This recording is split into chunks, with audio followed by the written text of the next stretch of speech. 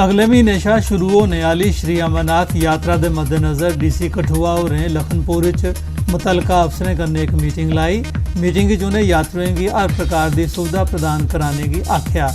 Meeting च दस्सिया गया जे यात्रुओं की सुरक्षा लिए पुख्ता इंतजाम किए गए हैं। हमारी जो सारी तैयारियाँ इन प्लेस हैं। अभी हमने प्रिपरेटरी मीटिंग ली थी, जो हमारा स्टेट का एंट्री पॉइंट है लखनपुर पे, वहाँ पे हमने मीटिंग ली थी। हमारे सारे लाइन डिपार्टमेंट्स के ऑफिसर, हमारे एडीटीसी मैडम जो नोडल ऑफिसर हैं, एडीसी साहब, हमारे एसपी साहब डिस्ट्रिक्ट के, एक्साइज कमिश्नर की हमने बिल्डिंग यूज़ की है। सब ऑफिसर्स की तैयारी हमने रिव्यू की है, सारी तैयारियाँ इन प्लेस हैं। इसके लिए हमने ऑलरेडी कल के डिप्लॉयमेंट ऑर्डर इशू कर दिया है और हमने पूरा जो हमारा 40 किलोमीटर का हाईवे है इसको हमने 4 जोन्स में डिवाइड किया हुआ है और 4 डीएसपी रैंक के ऑफिसर्स इनकी सुपरविजन करेंगे। उनके अंडर हमने तकरीबन 10 सेक्टर्स बनाए हुए हैं, मोबाइल क्यूआरटीज़ बनाई हैं और जितने भी हमारे लेटरल पॉइंट्स हैं, लेटरल पॉइंट मतलब जो भी लिंक रोड्स ऊपर से यानी बॉर्डर से हाईवे को टच कर रही है, उन सब पे नाका इस्टेब्लिश किए जा रहे हैं।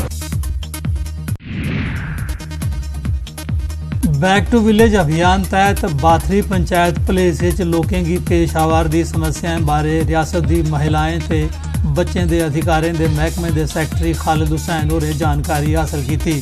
खालिद हुसैन बख कल्याणकारी स्कीमें का लोकें की लाह नहीं पुजने के कारणों का भी पता ला कर दें ताजे इन्हें कमियों की दूर किया जा सके। हमारे जितने भी डिमांड हैं, जितने भी हमारे काम हैं, वो गवर्नमेंट तक पहुंचेंगे और गवर्नमेंट हमारे बातों को सुनेगी और ये हमारे काम पूरे हो जाएंगे। हमें पूरी यकीन है कि जिस हिसाब से हमारे मसाइल सुनेंगे, हमें पूरी यकीन दहानी है कि हम हमारे मसाइल, हमारे जायज़ जो मांगे हैं, ये हल भी हो सकती हैं। पंचायत के जो वार्ड हैं उनमें फ़याद दफ़ा हम लोग यहाँ से निकले हैं और तमाम इलाके को देखा और तमाम मसाइल को हमने ले लिया है।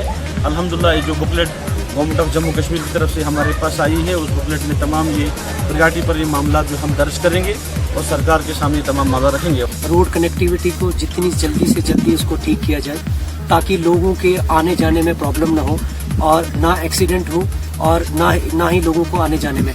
दूसरा, यहाँ पे बस सर्विसेज जो है वो अच्छी से अच्छी बस सर्विसेज पुंछ च ड्रग्स के खिलाफ चलाए जा रहे अभियान तहत मेंढर सब डिवीजन के SDPO नीरज पडियार की अगवाई च एक स्मगलर की पकड़िया गया। ਉਹਦੇ कब्जे शा 500 ग्राम चरस बरामद की गई है। ਉਹਦੀ पहचान मलकपुर गोलद मेंढर के रियाज अहमद के तौर पर हुई है। जो है मेंढर पुलिस स्टेशन से जो एक पार्टी है उसने एक नाका लगाया हुआ था संगला चौक में, जो कि आते जाते जो गाड़ी है उनको चेकिंग कर रहे थे। बाद दौरान चेकिंग एक महिंद्रा ज़ाइलो गाड़ी जो है उसको वहाँ रोका गया। जब उसकी तलाशी ली गई तो जो ड्राइवर की सीट थी उसके नीचे से तकरीबन 500 ग्राम चरस लाइक सब्सटेंस जो है उसको रिकवर किया गया और इस संवाद में जो है केस जो है रजिस्टर्ड है, case FIR number 99/2019 under section 8/50/21 NDPS है। ड्रग्स जितनी भी हमारे यहाँ एरिया में जो ड्रग्स में लोग इन्वॉल्व हैं, जहाँ जो लोग ड्रग्स की ले रहे हैं, उनके खिलाफ जो है वो सख्त से सख्त कार्रवाई की जाए। इसके पुंछ नगर के आज़ाद महल्ले च चोरी की घटना हुई है। दस्सिया जा रहा है जे जाहिद अहमद ते उनकी घरेआली शहनाज अख्तर कुछ रिश्तेदार के ब्याह च गेदे हे। चोरें इये मौका ताड़िया ते सन मारी। चोरें घरे थमां 5 तोले सुन्ना ते 5000 रुपए की नकदी चोरी की। घर परतोने उपर समान तां तुआं बिखरे दा दिखिए उन्हें पता लगा जे घर चोरी हुई दी है। पुलिस कार्रवाई करा करदी है। किसी ग्राम गए से शादी हुई कल राती जो चोर आए उन्होंने दुकान साढ़े तोड़े दरवाजे, जिसमें साढ़े अंदर सामान जो है कैश नकदी और कुछ जेवरात और बाकी जो सामान है 2 मकानों में चोरी हुई है। गवर्नमेंट इंतजामिया और डिस्ट्रिक्ट पुलिस ने ये रिक्वेस्ट कर रहे हैं कि ये जी चोरियाँ हैं इस वारदात को रोका जाए ताकि लोग जो अपनी जायदाद और जो सामान है उससे पुलिस हिफाजत करे। सांबा जिले के विजयपुर के लोगों की पेश आवारदी मुश्किलें के मद्देनज़र म्यूनसिपल कमेटी विजयपुर के चेयरमैन दीपक पंगोत्रा ते BMO लखविंदर सिंह होरें कमेटी के मैंबरों ते हेल्थ महकमे के अफसरें कन्नै मीटिंग लाई। मीटिंग एमरजेंसी अस्पताल विजयपुर हेल्थ फैसिलिटीज़ की कमी की उजागर किया गया। और काफ़ी इशू है अंदर हॉस्पिटल च लाइट की प्रॉब्लम जी है। एमरजेंसी जो हॉस्पिटल है अंदर लाइट केवल बंद हुई है, पेशेंट जोड़े परेशान होते हैं।